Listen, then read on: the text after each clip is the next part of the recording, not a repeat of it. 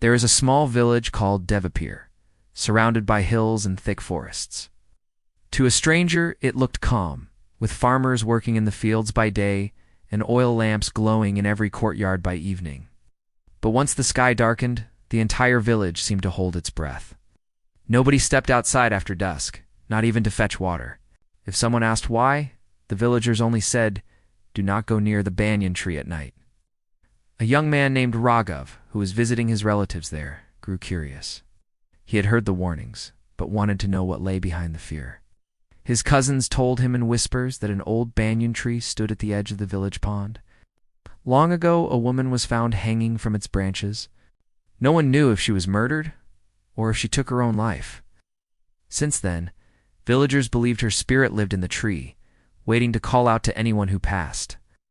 One evening, Raghav stayed out later than he should have. The night was moonless, and while returning, he saw the outline of the banyan tree swaying in the wind. He tried to walk faster, but then he heard it a soft humming, like a lullaby. The voice was sweet at first, almost comforting, and it seemed to come from the tree. Against his better judgment, he slowed down and listened. Then suddenly, the humming turned into sobbing, low, broken sobs that echoed across the water. His heart pounded. He told himself it was just his imagination. But then he heard his name, clear as day.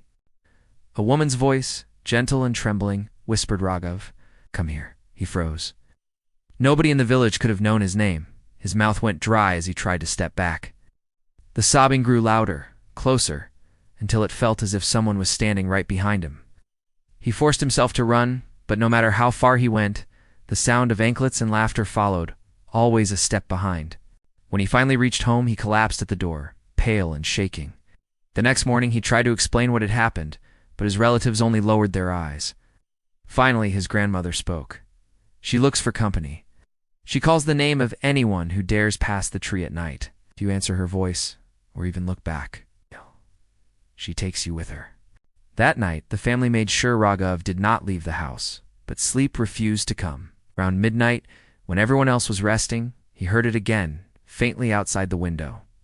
The same humming, drifting in the night air, soft but persistent. And then, once more the voice. "Raghav, I am waiting." He pressed his hands against his ears, trembling, praying for the morning to come.